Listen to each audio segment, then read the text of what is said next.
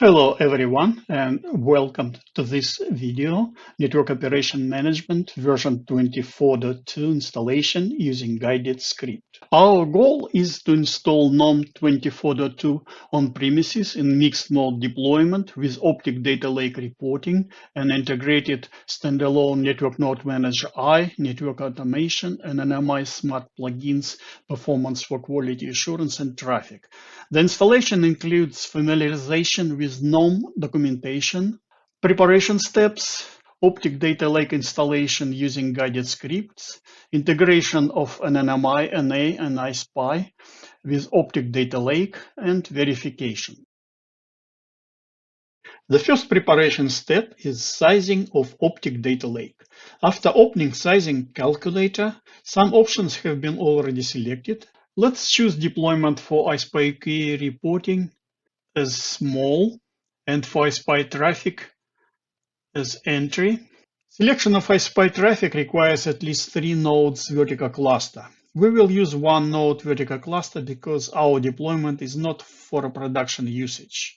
Let's change yes to no.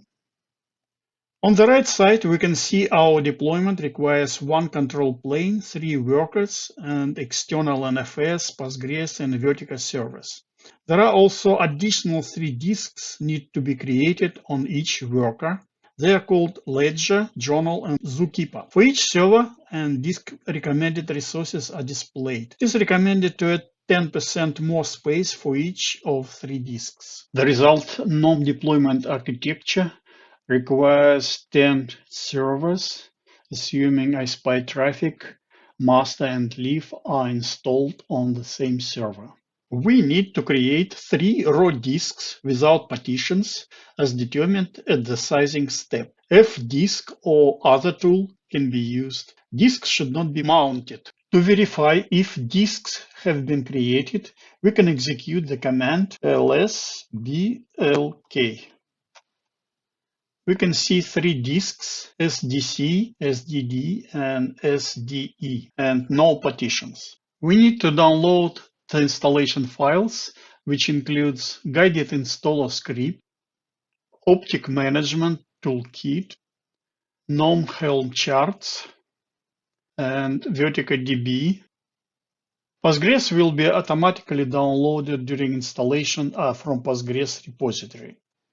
Let's review the installation files on the control plane. All downloaded files were unzipped and placed under directory /root/gnome. After unzipping OMT installation file, we will be using 2 files. Helm charts file was unzipped into the directory gnome helm charts. The guided install script was unzipped into the guided install directory. Under the directory, we can see the configuration file, list, input properties, and the binary installation file. Under resources directory, the Vertica file was placed, which is required. Under non-Helm charts directory, there is a charts subdirectory where 2 charts files will be used. A few assumptions for this installation. The installation will be done by the user root.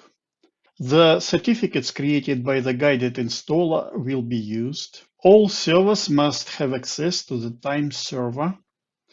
All servers are in the same subnet. Each server must be added to the list of known hosts for SSH login from the control plane. Now we need to create the configuration file for the installation. The original file is just a template. We need to replace all nulls with the appropriate configuration. The file has been already created. Let's look at this file. We need to provide OMT admin password, any password of your choice. External access host, this is typically the control plane fully qualified name. The path to Helm chart file, the path to the installation file for OMT, NTP server, control plane node, all workers, 3 workers in this case, an NFS server, a Vertica database server, Postgres database server. And the last one is just credentials for user root. Let's execute the installation script. When the script is finished, we need to make a note of all usernames, passwords, and certificate locations.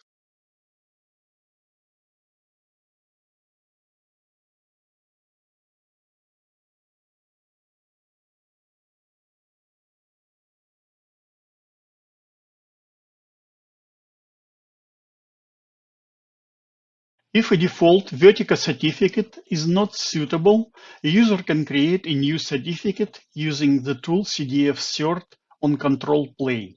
The procedure is documented at the provided link.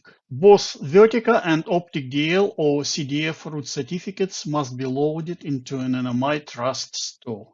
Now let's create the download bundle, which will be used to download product images. We use the script generate download bundle.sh. The first parameter is chart file, and the second parameter is destination directory, which must exist.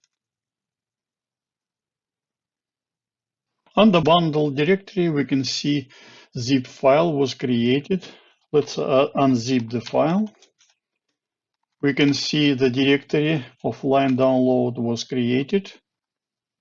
In the directory, the content of the bundle, including the download script. We are ready to download product images from Docker Hub. We need to set up environment variables for proxy. Let's verify this. To download images, we use the script download images.sh with one parameter, a user name for Docker Hub. The Docker Hub account can be created using instructions at URL below.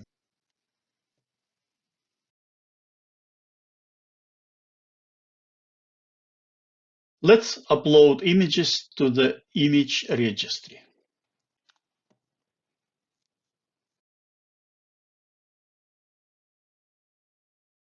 We are ready to deploy GNOME application. We can use URL below to log in as administrator to the application hub on the control plane. Let's click Configure. In General section, we can put the host name of the control plane. Let's also verify if default port is available. The rest of fields will be default except deployment size, and we will choose small classic and NMI deployment. Let's configure capabilities section. We do not deploy an NMI and NA as containers, so we unselect the option. Let's configure an NMI integration, host name, password, verify if the port is available. Also, let's confirm that certificate is accepted. This certificate will be automatically deployed. Let's configure NA. Verify if the port is available and confirm the certificate. We do not have telemetry collector.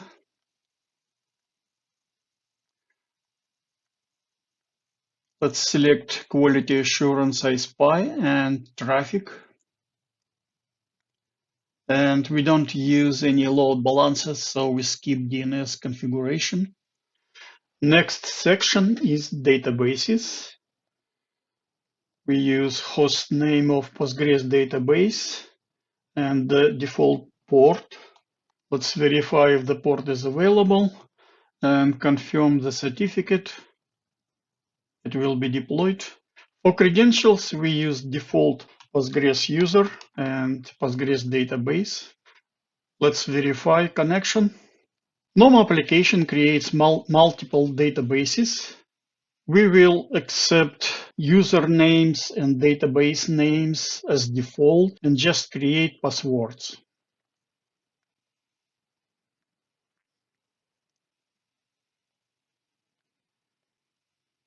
Now, Vertica database. Let's type host name and verify the port and accept the certificate. For Vertica, we use two usernames. The usernames already exist, so we need just to type password. and verify connection.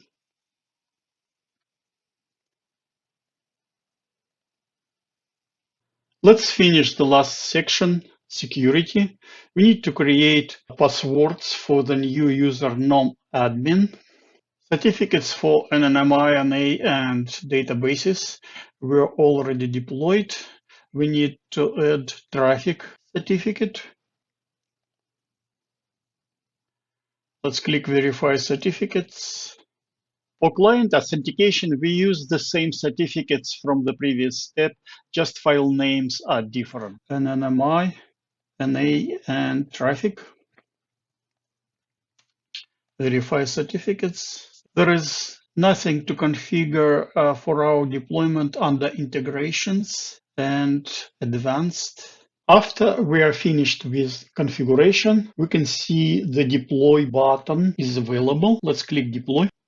It may take some time. It prompts for some information. Let's say deployment name will be nomd and will be new nom space, which is called nom. Click OK.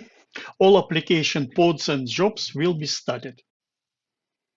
Under search, we can see statistics for the number of running pods, pods in progressing state, and pods in errors, jobs completed and completed with errors. If we see errors, it does not always mean there is a problem. Sometimes pods might time out waiting for dependencies, so that error messages might be cleared later.